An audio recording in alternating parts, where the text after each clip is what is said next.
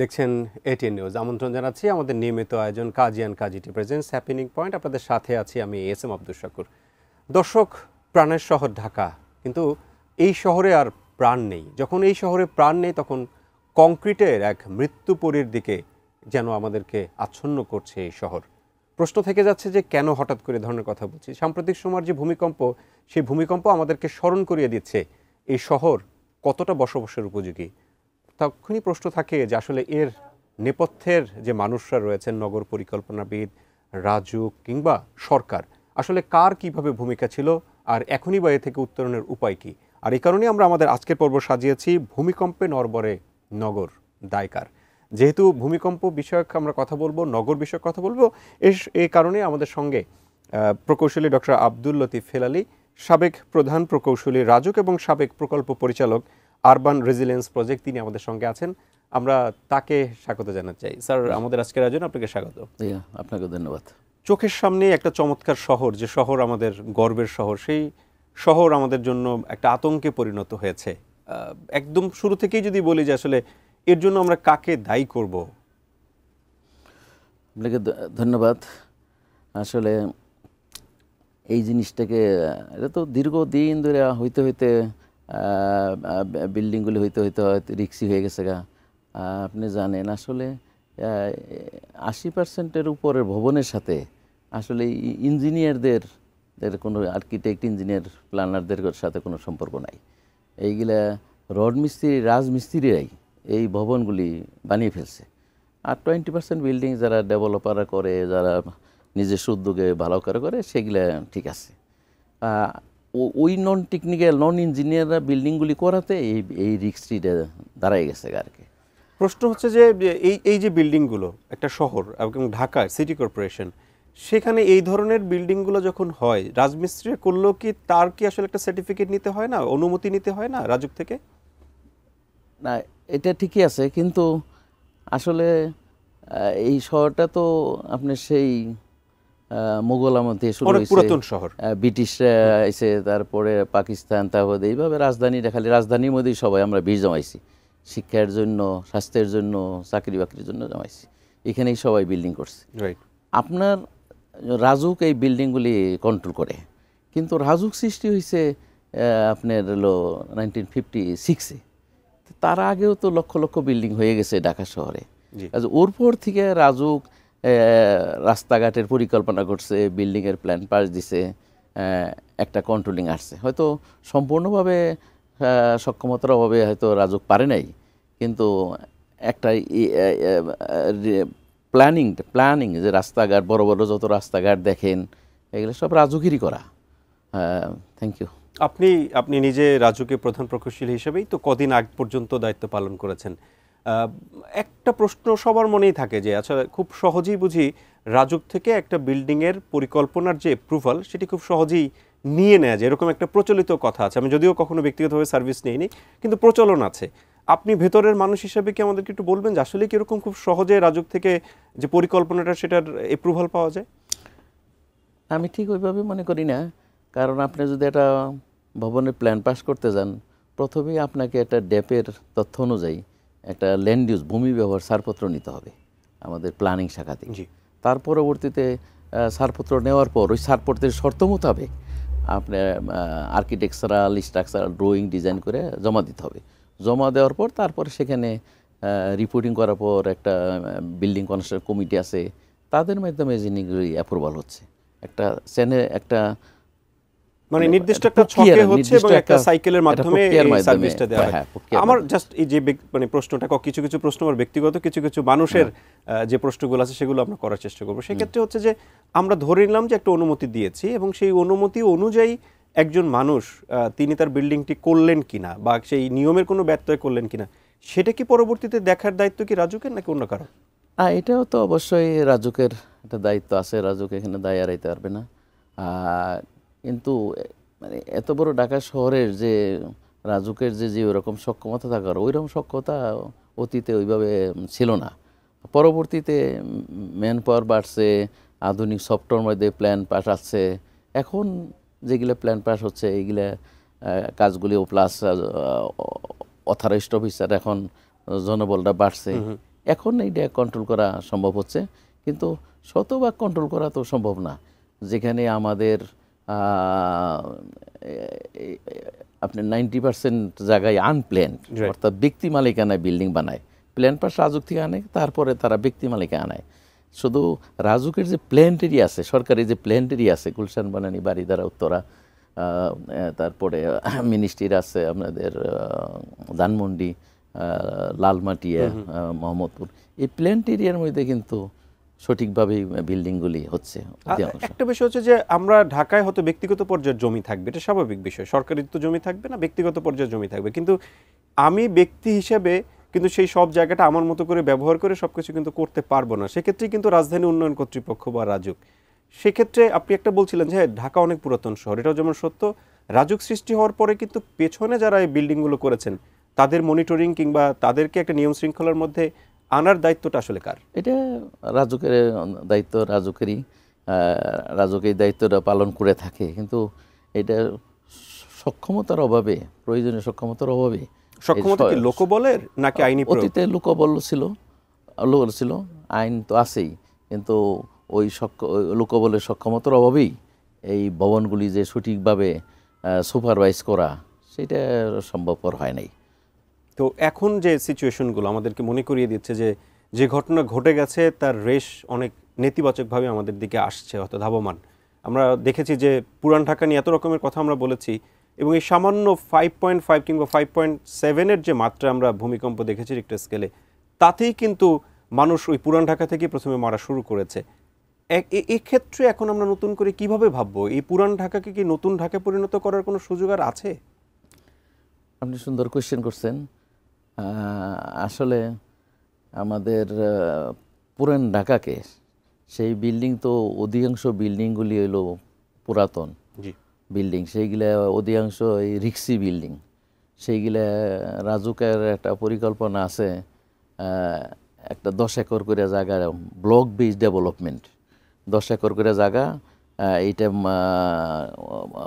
একটা লোকাল সমিতির মাধ্যমে, কোঅপারেটিভের মাধ্যমে তাদের জায়গাটা নিয়ে ডেভেলপার দিয়ে হয়তো 50% পরিকল্পিতভাবে আবার নতুন করে ডেভেলপার 50% নিব, তারা বিক্রি করে তাদের টাকা উঠাবে, আর 50% যারা মালিক তাদেরকে দেওয়া হবে। এইরকম একটা পরিকল্পনা রাজুকের আছে। অর্থাৎ একটা ব্লক তৈরি করে ওই ব্লকে আবার লোকগুলি শিফট করা, তারপরে পর্যায়ক্রমে 10 একর একর করে, 10-20 একর করে পুরে উল্টাউন্ডাকে এইভাবে শিফট করার একটা পরিকল্পনা আছে রাজুক। ওকে, আপনি আরবান রেজিলিয়েন্স যে প্রজেক্ট, সেখানে কাজ করেছেন প্রকল্প পরিচালক হিসেবে, সেকেন্দ্রিকও কিছু প্রশ্ন আছে, যেহেতু এটা সরাসরি ভূমিকম্পের নিরোধক কিংবা সেক্ষেত্রে অনেক রকমের পরিকল্পনা নিয়ে আপনারা কাজ করেছেন। বিরতির উপরে যখন ফিরবো তখন এই বিষয়ে কথা বলবো আপনার সঙ্গে। দর্শক, আপনারা দেখছেন Kazi and Kazi tea presents happening point. আমরা ছোট একটা বিরতিতে যাচ্ছি, ফিরছি খানিক বাদই, সঙ্গেই থাকবেন।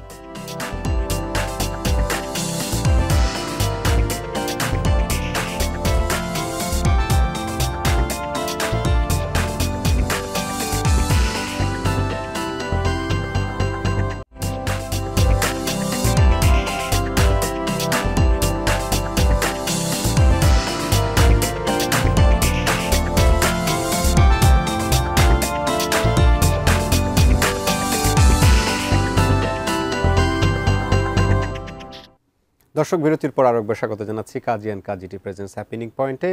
ভূমিকম্পে নড়বড়ে নগর, দায়কার, এই শিরোনামে আমরা কথা বলছি। বিরতিতে যাওয়ার আগে যেখানে আলোচনায় ছিলাম সেখান থেকে কিছুটা এগিয়ে চলতে চাই। আমরা জানি যে এই দোষারোপের একটা কালচার আমাদের দেশে আছে, আসলে কেউ দায় নিতে চায় না। দায় তো আসলে কাউকে না কাউকে একটা সময় নিতেও হয়।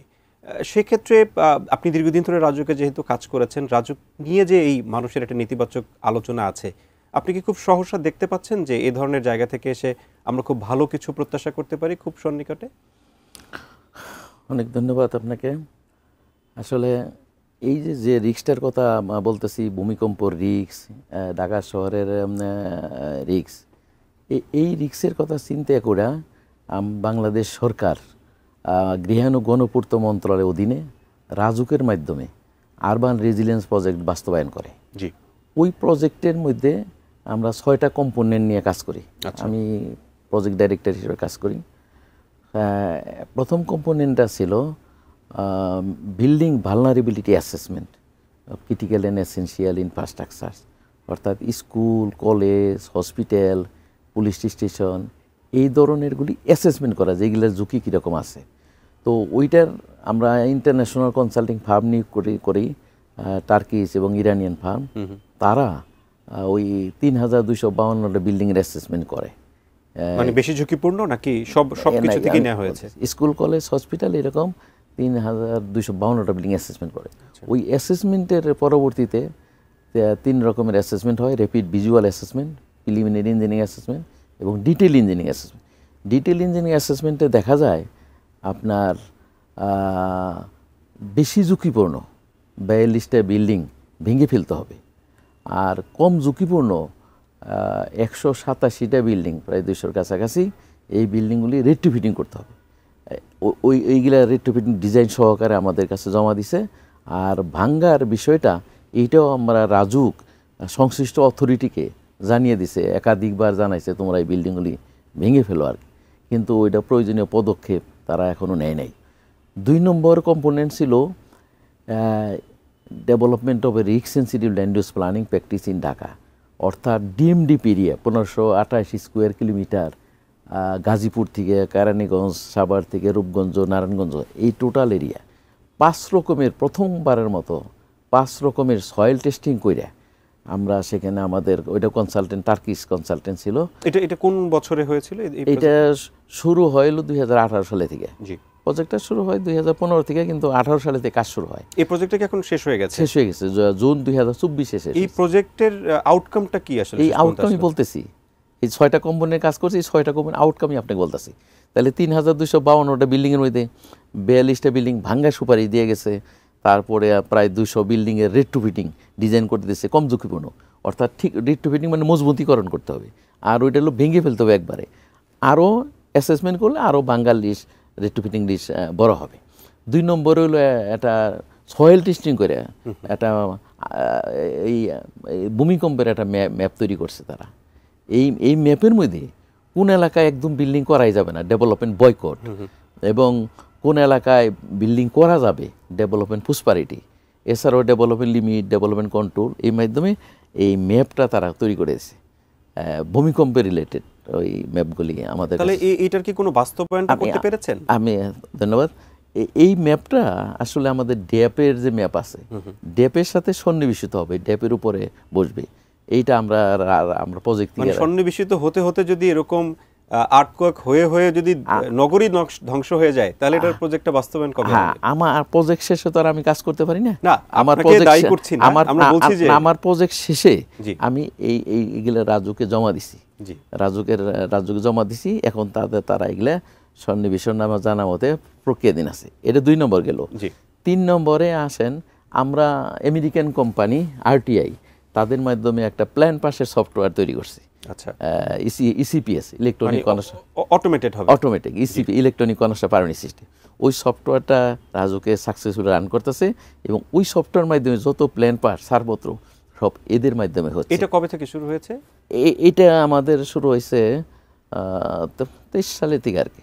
24 সালে প্রজেক্ট শেষ হলো, 23 সালে থেকে এটা শুরু। মানে এখন থেকে যারা নতুন বিল্ডিং করার ক্ষেত্রে অনুমতি নিতে চান, তারা কি এই অটোমেটিক সিস্টেমের মাধ্যমে এটা সিস্টেম ছাড়া আর কোনো যাওয়ার উপায় নাই।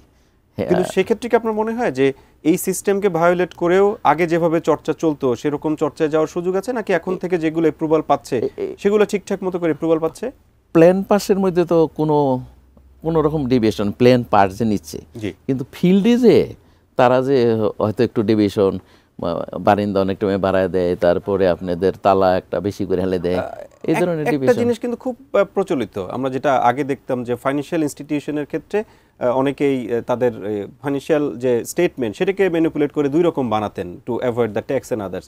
ঠিক একইভাবে এটাও প্রচলিত যে আপনাদের কাছ থেকে এক রকমের প্ল্যান পাস করে নেওয়া হয়, কিন্তু আরেকটা প্ল্যানে সেই কাজগুলো এক্সিকিউশন করা হয়। আসলে এইটা ঠিক সবাই করতেছে না। আচ্ছা, যারা ডেভেলপার, যারা প্ল্যানটি নিয়ে কাজ করতেছে, তারা কিন্তু সঠিকভাবেই বিল্ডিং বানাচ্ছে, কিন্তু যাদের জমি ছোটো, 3 কাঠা 4 কাঠা, ওই আনপ্ল্যান্ড এরিয়া, তাদের কন্ট্রোল করাটা রাজুকের পক্ষে কঠিন। সেই সংখ্যা তো অনেক। এখন প্রশ্ন হচ্ছে যে কন্ট্রোল কি আমরা করতে চেয়ে ব্যর্থ হয়েছি নাকি করতে চাই নাই? আমরা করতে চাই, বলেন যে কিছুটা ব্যর্থতার মধ্যে চলে আসছে। কারণ আমি যখন প্ল্যান পাস দিছি, আরও আগে একজনে বিল্ডিং করে লাইছে, সেটা এভিয়েশন করছে।